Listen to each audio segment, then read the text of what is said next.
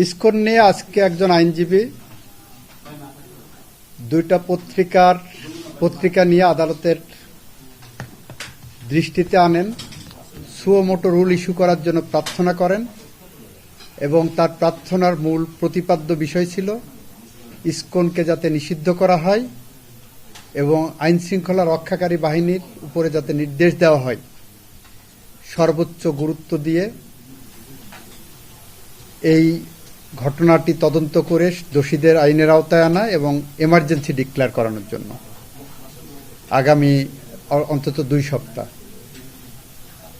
এই পরিস্থিতিতে আদালত আমাকে ডেকে পাঠান। আমি আদালতের সামনে যেয়ে বলি ইসকনের ইস্যুটা যেটা এটা দুর্ভাগ্যজনক। Double million offer Walton fridge কিনে পেতে পারেন 20 লক্ষ টাকা, রয়েছে কোটি কোটি টাকার নিশ্চিত উপহার। যে আইনজীবী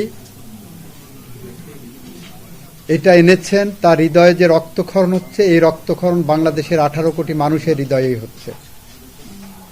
এটা অনাকাঙ্ক্ষিত ঘটনা। এই ঘটনা একটি ক্রিমিনাল অফেন্স।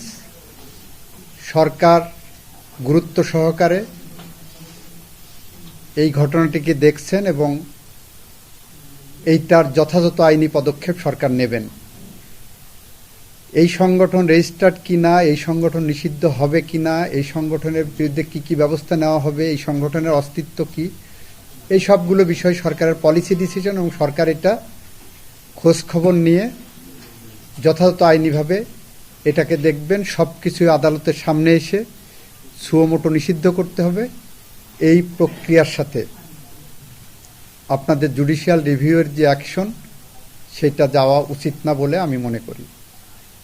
এটা সাংবিধানিক আইনের সাথে কতটুকু যাবে সেটা আমাদের বিবেচনা করতে হবে, আমাদের দেখতে হবে।